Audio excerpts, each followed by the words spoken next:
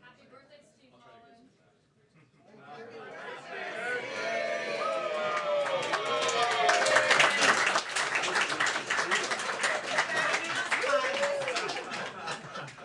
Speech.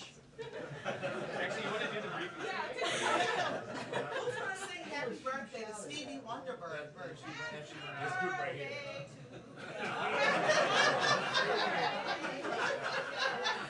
Briefing first.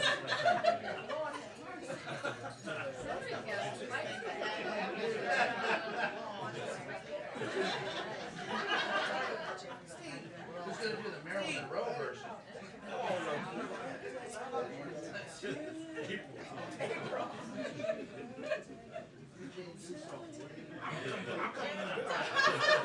Look, somebody say Stevie, somebody say Marilyn. There you go.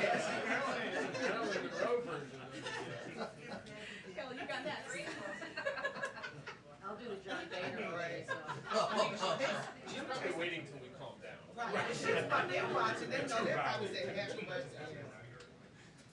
You bring us together, Steve.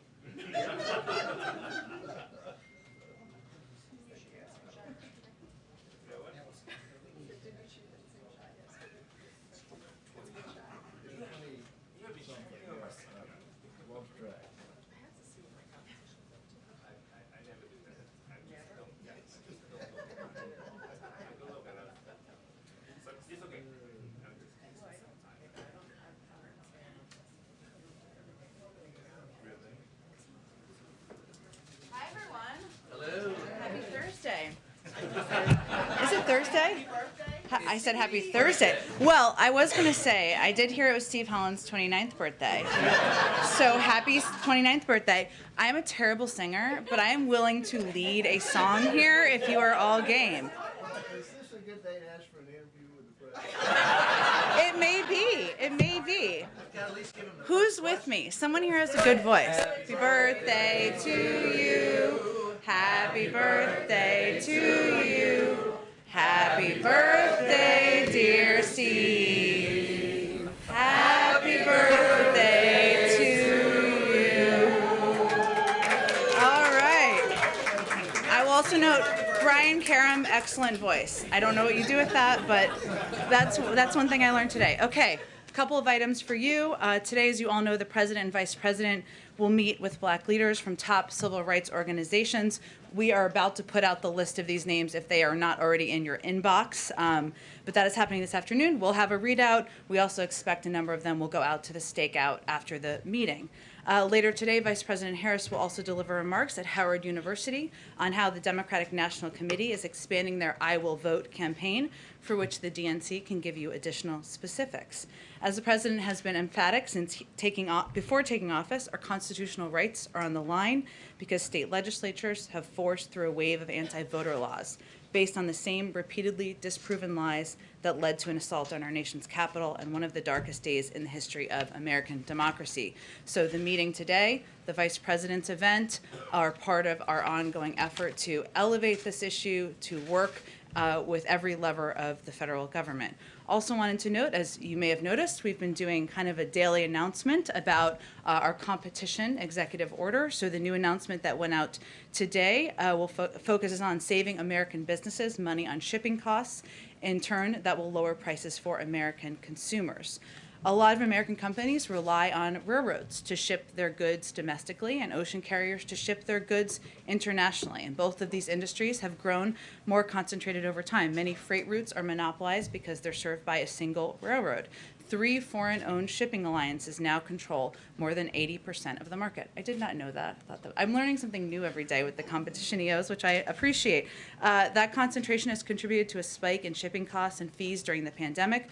For example, the index price to ship one container has gone up 8-fold, and shipping container companies have charged companies massive fees while their goods sit at ports. So this executive order takes several steps to address these problems. On international shipping, the executive order calls on the Federal Maritime Commission to crack down on unjust and unreasonable fees and work with the Justice Department to investigate and punish anti-competitive conduct. And on domestic freight railroad, the executive order urges the Surface Transportation Board to allow shippers to more easily challenge inflated rates when there is no competition between routes. Finally, today we also have more doses that are going out to the world. We will ship 500,000 doses of the Pfizer vaccine to Uruguay and 1.4 million doses of Johnson & Johnson vaccine to Afghanistan. In the coming days, we will complete the entire 3 million shipment of J&J doses to Afghanistan, something the President also mentioned in his remarks today. Zeke, why don't you kick us off? Thanks, Jen. Yesterday, the President said he would know more today about what he would do in response to Russian ransomware attacks on U.S. entities. What does he plan on doing? Well, first, Zeke, I think what he intended to convey is that he's continuing to be updated by his team on a regular and near daily basis. And certainly when they have new information to provide, they provide that to him. So we are continuing to gather details on if this incident occurred with the knowledge or approval of the Russian government. That's what we're really digging into at this point in time. And while the intelligence community has not yet attributed the attack, and we still don't have new information on the attribution as of today, the cybersecurity community agrees that the criminal group, Our Evil, that we've talked about a bit in here, operates out of Russia with affiliates around the world. We've been in touch at a high level, as you all know, with high-level Russian authorities, and counterparts, I should say, regarding this incident, and we've continued to send a clear message. If the Russian government cannot or will not act against criminal actors residing in Russia, we will act. In terms of what we will do, I'm not in a position, of course, to discuss operations. That's not in our interest to preview those, but the President sent a clear message to President Putin. We're continuing to send that clear message in our engagements as well. On Afghanistan, on the SIV process, any updates on the administration's efforts to find a third country to host processing of those visas, as well as can you confirm the administration is adding additional staff to help vet those applicants? And how long will that take, and how is the administration going to address security concerns among those who are applying for visas here? Sure. Well, one of the areas the President will talk about in his remarks this afternoon is certainly ensuring that we are taking care of Afghan nationals who worked side by side with U.S. forces and the SIV applicants, as you noted, including interpreters and translators. So we have already dramatically accelerated the processing time for special immigrant visas to bring them to the United States. We're working closely with Congress. We're continuing to work closely with Congress to change the authorizing legislation so that we can streamline the process for approving visas, even when they are in a third country, and we have stood up an operation to physically relocate thousands of these Afghans and their families before the U.S. military mission concludes so that they can wait safely outside of Afghanistan. That operation has identified U.S. facilities outside of the continental United States as well as third countries. Because of security reasons, we're not going to outline in detail at this point where those are, but I can confirm that we will be conducting flights of our Afghan allies to these locations in August, so of course in advance of the timeline of bringing our troops home. And then, we're going to hear from the President later, but is it an acceptable outcome for the President if Kabul were to fall to the Taliban? I mean, that's widely predicted by experts, including the U.S. government, as a potential outcome here of the U.S. withdrawal. Is that an acceptable outcome for the President? Well, firstly, let me say the reason the President is speaking to all of you and the American public today is because he views this as an opportunity to once again communicate to the American people the security challenges he inherited in Afghanistan and affirm why he made the decision he made in April to withdraw our troops and end our involvement in the war. And the question fundamentally facing him was, after 20 years, was he going to commit more American troops to a civil war in Afghanistan? And if we look back 20 years ago, which many people in this room covered when Steve was 9 years old, I'll just by math, we did what we wanted to do, which was we got the terrorists who attacked us on 9/11. We delivered justice to Osama bin Laden. We degraded al-Qaeda's capacity to the point they did not present an active threat to our homeland. He made the decision after a clear-eyed assessment, in part because he's never seen there to be a military end to this war, and also because as we came into office, we had an agreed-to timeline. After May 1st, the uptick in violence was coming this summer. The status quo was not sustainable, and we are still continuing to support diplomatically through security assistance, humanitarian assistance, the ongoing efforts in Afghanistan, including a political negotiation process that's ongoing that we expect the ambassador to continue to return to. So we have always anticipated, Zeke, and the President was very clear about this when he made his speech in April, that there would be an uptick in violence, that there would be an uptick in turmoil on the ground.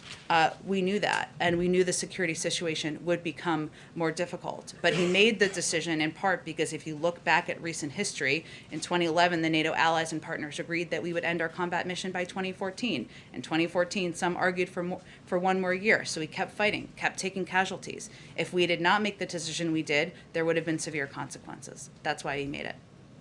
Do you believe it's Go ahead. still- Oh, go ahead, Do you Steve. believe it's still possible that the Afghan security forces can repel the Taliban? Well, certainly, as we expected, the Afghan National Defense and Security Forces are now under real pressure, and that was certainly a part of the discussion the president had with Afghan leaders just 2 weeks ago.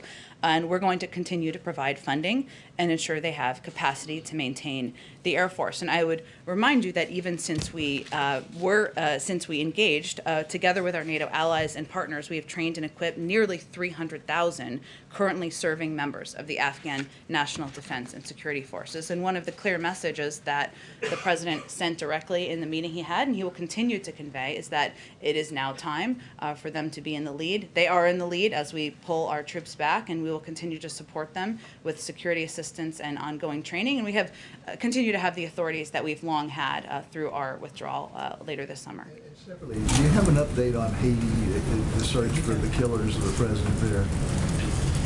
I don't have an extensive update, I will say, Steve. We continue to be engaged, of course, in touch through a range of channels, but we don't have updates at this point. The Haitian authorities are, of course, leading the investigation, which is, of course, in its early stages. We're ready and willing to support Haitian authorities, but we're going to let the investigation play out. Follow up on Haiti, please. Go ahead. What is this administration doing in the midst of this assassination to stand up the Haitian democracy in the midst of this? What is this administration doing? Well, first I would say that it is our view, and we continue to call for elections to happen this year, and we believe they should proceed. We know that free and fair elections will facilitate a peaceful transfer of power to a newly elected president, and we certainly continue to support Haiti's democratic institutions. We will call on all political parties, civil society, and stakeholders to work together in the wake of the tragedy and echo the acting prime minister's call for calm. We have not received an official request for assistance, a formal request, but we stand ready to receive that when it comes in. I've got to move on, April, because we have limited time. Go ahead, Jeff. Go ahead, Jeff. Is this speech that's happening by the president considered the final word by the White House, at least as America's longest war draws down? Or does the president plan to mark this in some other way when all of the troops are out? Well, Jeff, I would say that we are, the president will continue to update the American people as commander-in-chief why he's making choices that are in our national security interests. Today is an example of that. And today is an opportunity to communicate again why he made the decision he made and communicate again why it's in our interests. So I'm not going to rule out if he will or won't speak on Afghanistan in the future. In terms of plans for the end for our men and women coming back, I don't have anything to preview, but we're not going to have a mission accomplished moment in this regard. It's a 20-year war that has not been won militarily. We are proud of the men and women who have served, incredibly grateful. The president will note that in his remarks today, how grateful he is for their service and the families who have sacrificed over the last 20 years. And we will continue to press for a political outcome and a political solution. But beyond that, I think we're going to continue to look for ways to communicate why we make the choices we make. You mentioned mission accomplished. Has this mission not been accomplished? Well, I would say we did exactly what we wanted to do. What I was referring to, Jeff, is we're not having a moment of celebration. We're having a moment where we feel it's in our national security interest to bring our men and women serving home. And we feel it's in our national security interest for Afghan forces to be in the lead. We did exactly what we intended to do, and certainly that is something, thanks to the leadership of our military, we have achieved. However, there is not benefit, in our view, in continuing to fight this war militarily. Go ahead. Thank you, Jen. If the military withdrawal is 90% complete at this point, why wait until August to finish that? Is there an effort to stall because of this situation and because of the conditions that are worsening? I would say, Rachel, that is under the purview of the Department of Defense, and they're doing bringing our troops home in a way that is keeps them safe. We have not had a single casualty, as I think everyone has noted, and we will continue to keep that as our priority. But in terms of the operational timeline, speed is safety, but we also want to manage our withdrawal in a way that protects our service members, make sure that we are conducting our drawdown in a way that keeps that as a top priority. And just a quick follow-up, is the administration considering granting visas to vulnerable women in the region, including prominent activists, politicians, or journalists? We maintain a range of contingencies and plan for a range of operational options, but I don't have anything to preview on that front. Go ahead. Jen, thank you. If it turns out that the Afghan forces are not equipped and the Taliban has a complete takeover, would the president consider sending U.S. troops back into Afghanistan? I'm not going to get into a hypothetical. Go ahead. Another Go ahead. question on something you briefly mentioned yesterday. Yeah. The president said he would deliver a message to Putin, which he already did last month. So when he said that yesterday, did he mean he has a new message for Putin? And under what circumstances will he deliver that? I think in the context of the Q&A, he meant, I'm not going to provide to you an update of the briefing I just received. He had a message to deliver. But that was the context of how he answered that question. Go ahead. Go ahead, Jackie. Thanks. Thanks, Jen. On ransomware, in terms of the Casilla hack, does the administration consider this to be an escalation, given that it didn't attack one entity but hundreds of entities? And does the U.S. consider it to be critical infrastructure in any way, given how it hampered transactions for grocery stores and that kind of thing? Sure. Well, first I would say critical infrastructure, broadly speaking, would perhaps take out an entire economic sector in the country.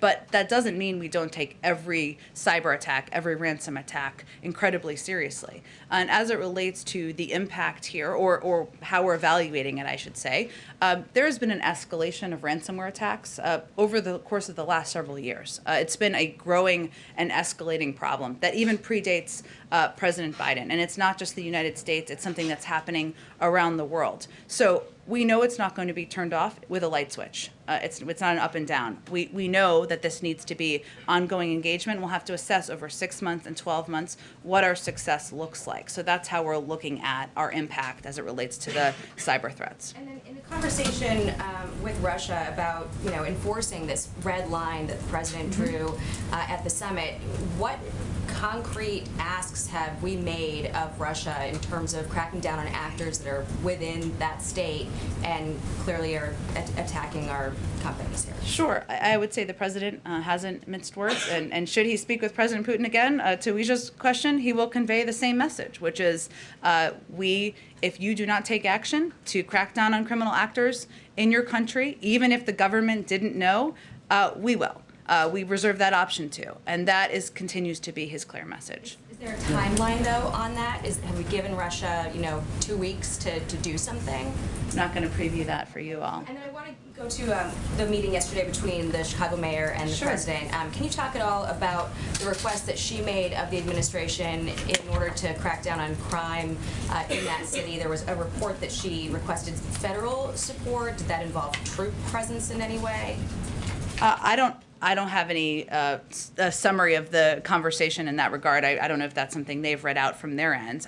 From our end, what the president conveyed to Mayor Lightfoot is that he will continue to work with her in partnership and work with cities around the country to address the rise of violence, and specifically the rise of gun violence, which is predominantly the driver in Chicago. He also reiterated that, as the Department of Justice had announced just a few weeks ago, Chicago is one of the cities that will be a beneficiary of these groups that will go and help directly crack down on combating drug violence and gun violence and gun trafficking, something that we're doing in about half a dozen cities across the country. And he also reiterated his continued efforts at the federal level to crack down on the illegal passing of guns. So there has been a great deal of funding that has been provided already to the city of Chicago, Cook County specifically, and certainly some of that can be used to address crime as well. How is the DOJ's strike force going to specifically interrupt the networks that are trafficking these guns?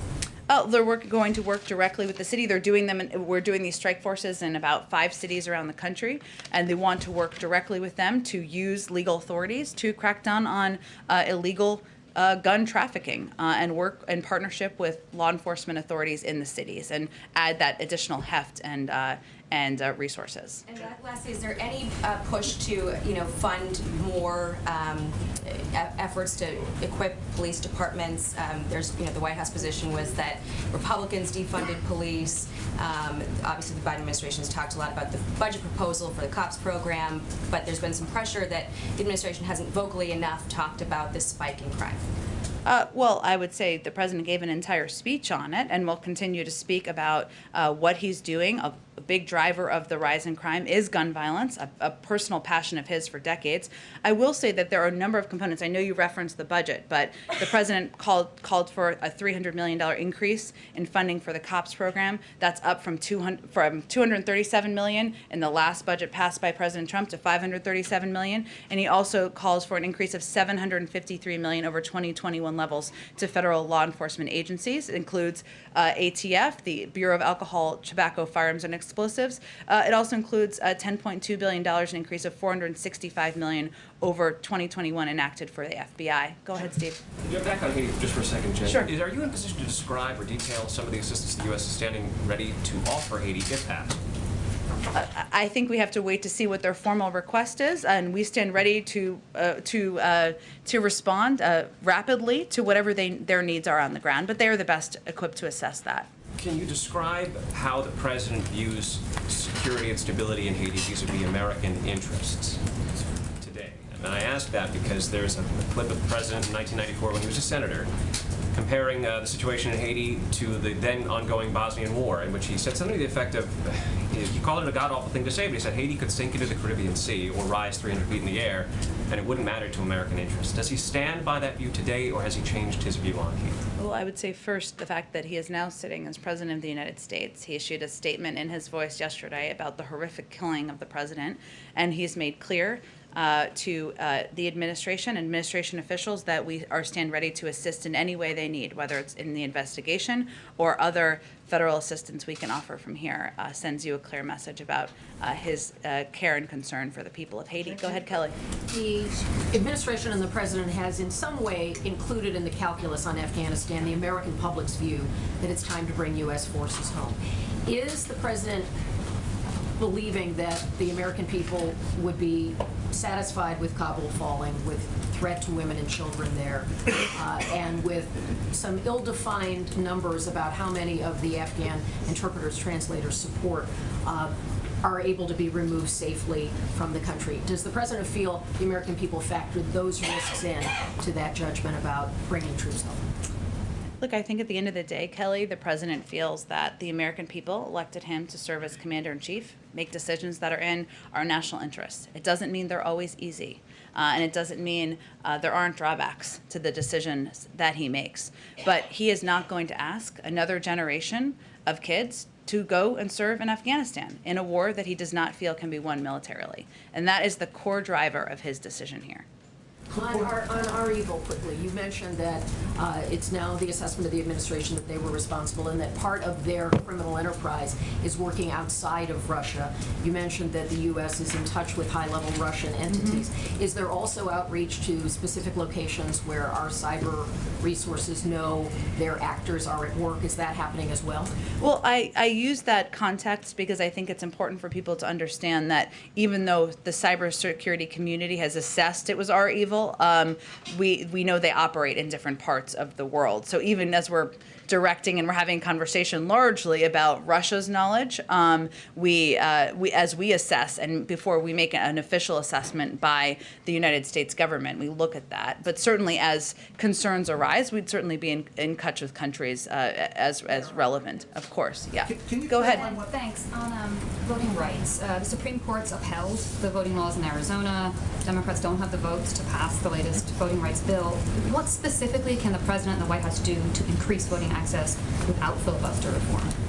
Well, first I would say that, one, there are a number of announcements being made by the Democratic National Committee today, which is most appropriate for them to address, that the Vice President will be elevating.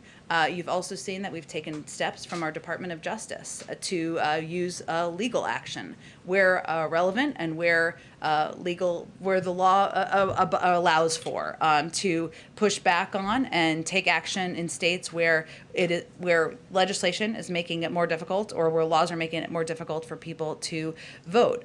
We also believe very much that empowering and engaging activists and creating a grassroots movement, something that the Vice President is continuing to play a very prominent and prevalent role in doing, is also a part of how we're going to work to fight legislation and fight actions to suppress voters around the country. So certainly the President would love to sign a piece of voting rights legislation into law.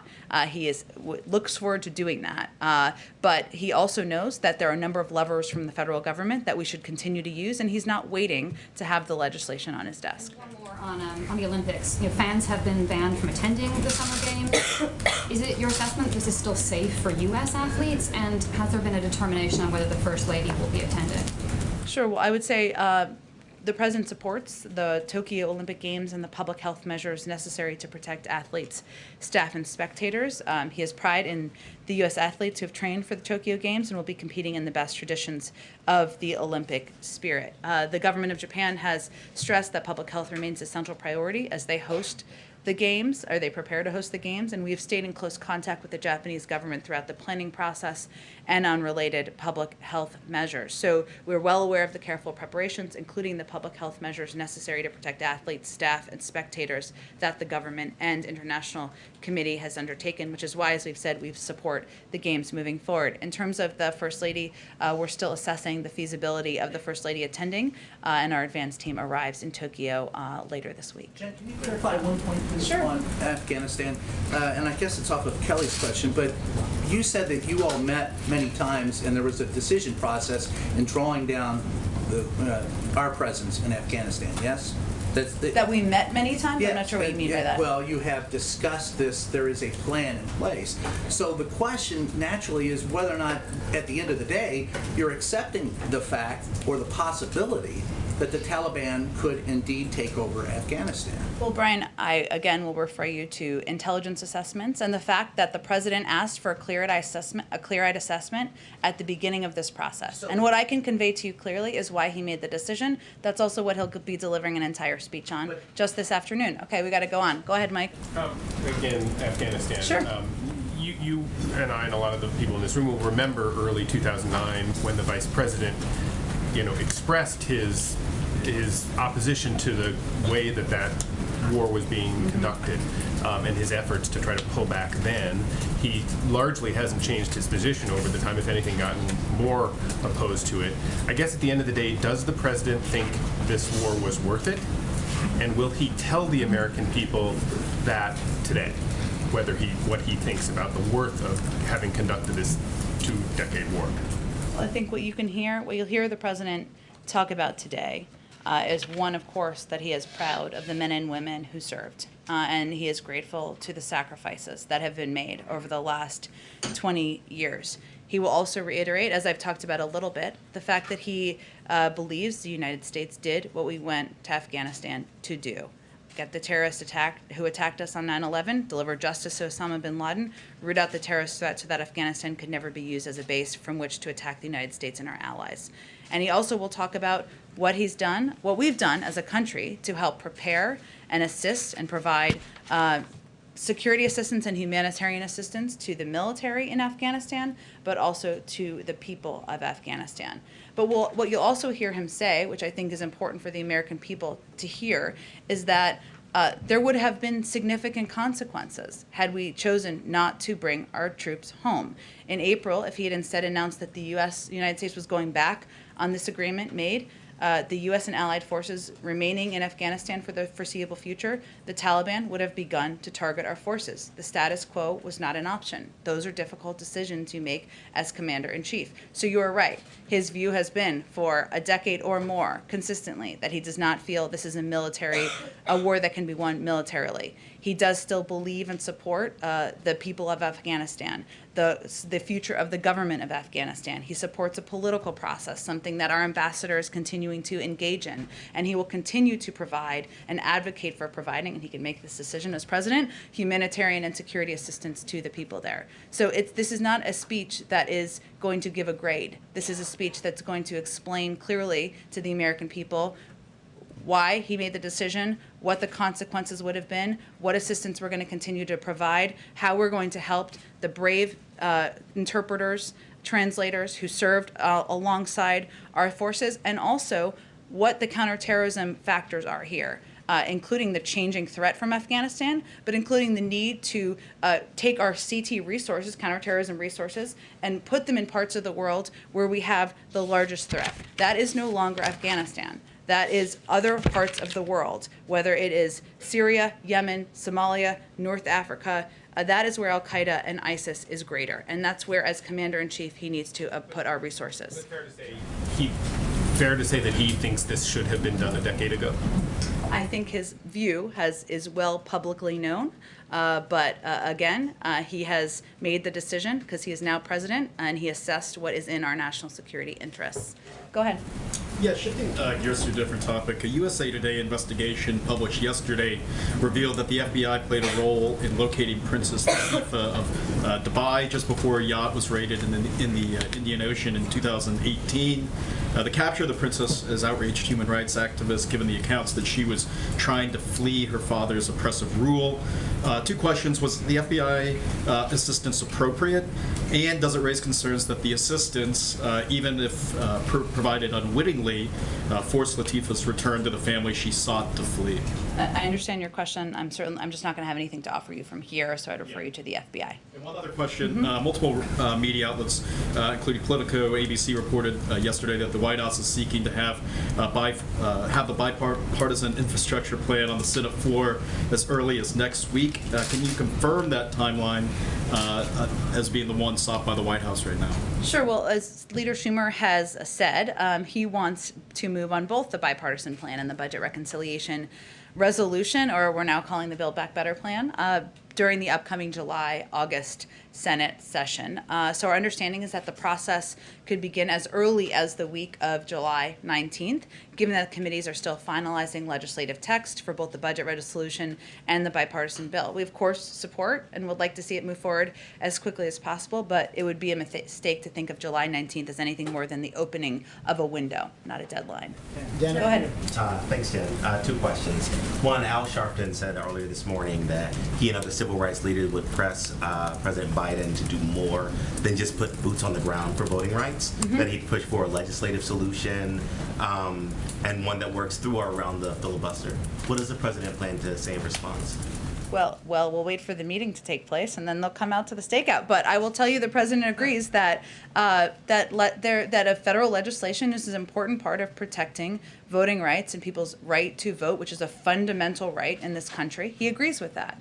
He also believes there's a range of levers that can be used from the federal government concurrently, and then he's not going to wait either, even as federal legislation, even as we're determining what the path forward looks like. But we'll see how the meeting goes, and certainly that will be a central topic. One more question. Sure. Does the White House worry that elevating voting rights to a democratic issue, a democratic platform issue, will give Republicans more fodder to make partisan attacks against voting rights? No.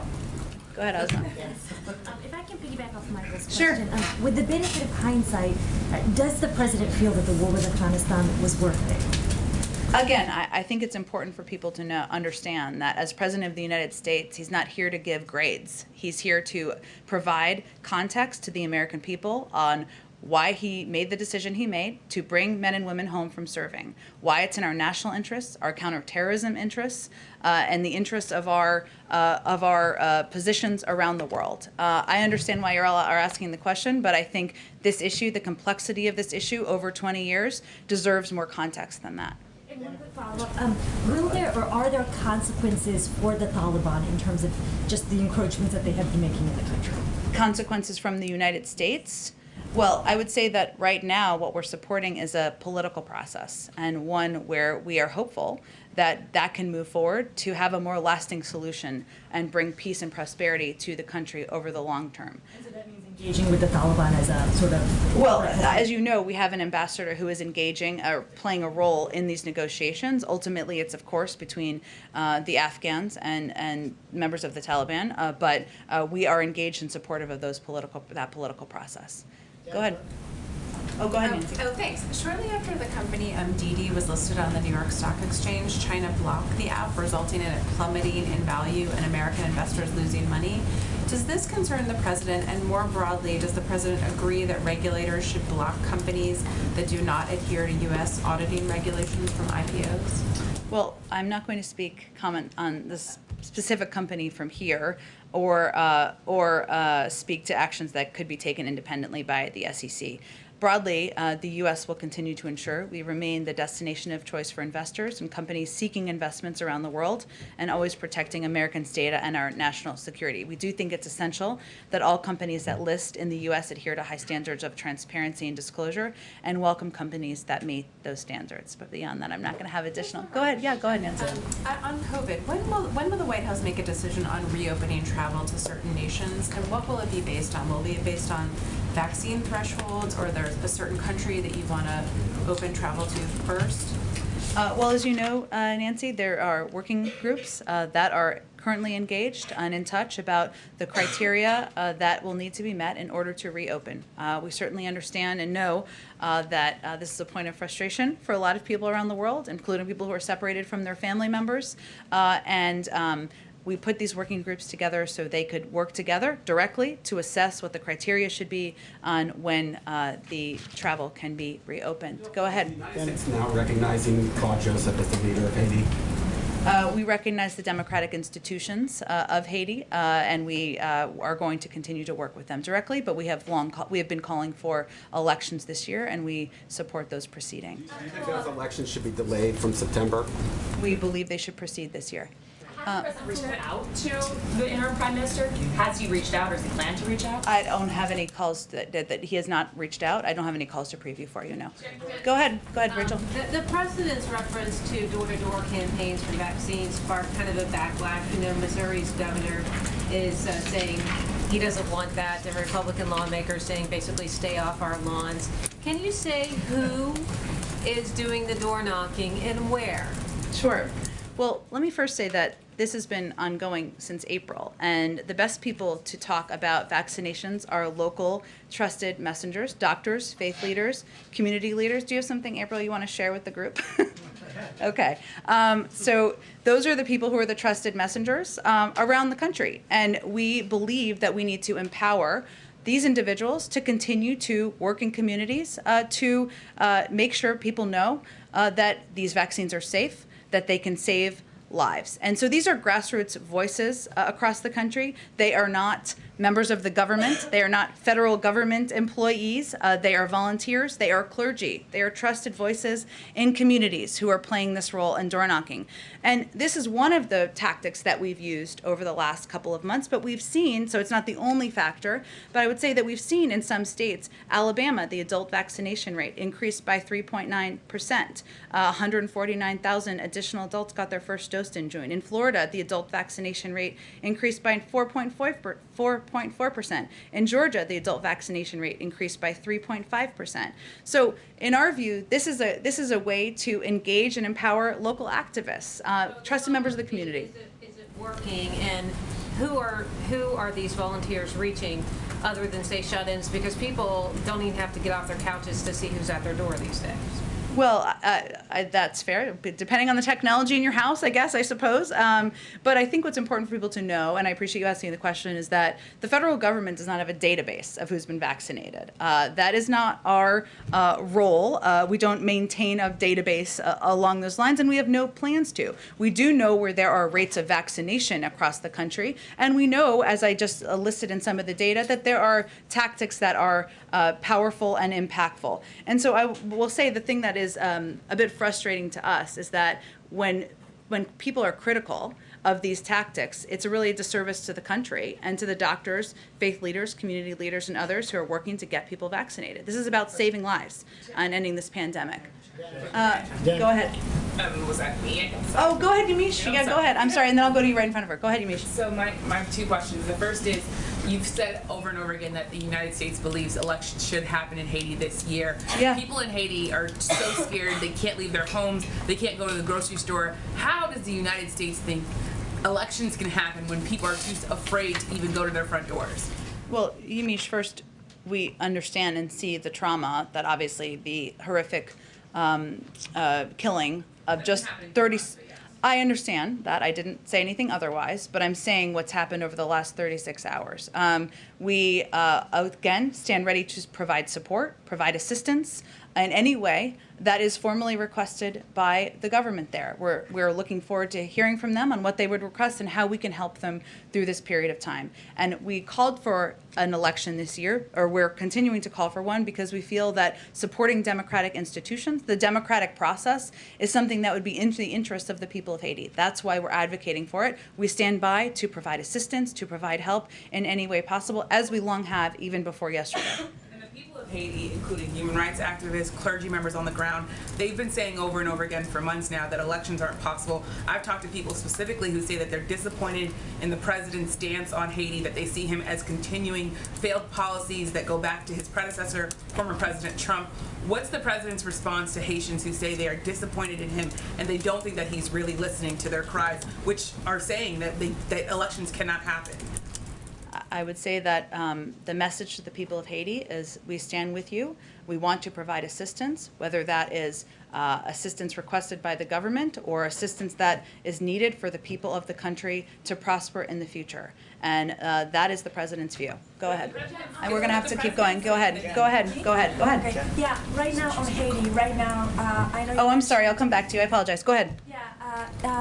Right now there are two politicians who are claiming in Haiti the role of Prime Minister, Claude Joseph and Ariel Henry. How does the U.S. think that this impasse should be resolved, and are you worried that it could lead to further instability?